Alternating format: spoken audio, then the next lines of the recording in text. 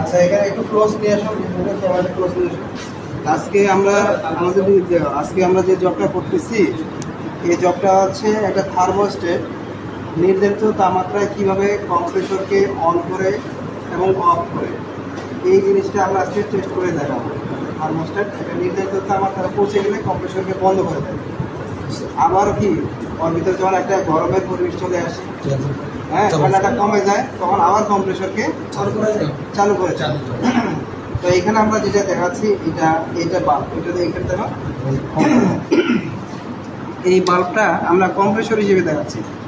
এখানে থার্মোস্টেট, এখানে দেখো থার্মোস্টেট লাইন দেওয়া আছে, এখানে বাল্বটা জ্বলতেছে। বাল্ব মানে হচ্ছে আমরা কম্প্রেসরকে বোঝাচ্ছি, কম্প্রেসর চালু আছে।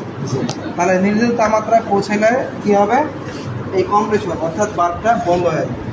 তাহলে আমরা সর্বপ্রথম আমাদের থার্মোস্টেটের যে বিলোজ, আমাদের এটা বিলোজটা থার্মোস্টেট, এই বিলোজটা আমরা একটা ঠান্ডা পানির মধ্যে দিচ্ছি। দিলে দেখি যে কম্প্রেসর অর্থাৎ বাতিটা বন্ধ হয় কিনা। এইটা একটু দিয়ে দিই, দেখো আমাদের এই লাইটটা বন্ধ হয়ে গেছে। তার মানে কি কম্প্রেসর বন্ধ হয়ে গেছে, কারণ নির্ধারিত তাপমাত্রা এটা পৌঁছে গেছে। যখন এই ঠান্ডাটা কমে যাবে, দেখো যখন কমে যাবে আবার কম্প্রেসর চালু হবে। তাহলে কম্প্রেসর বলতে এখন আমরা বাতিটাকে কম্প্রেসর বানাচ্ছি।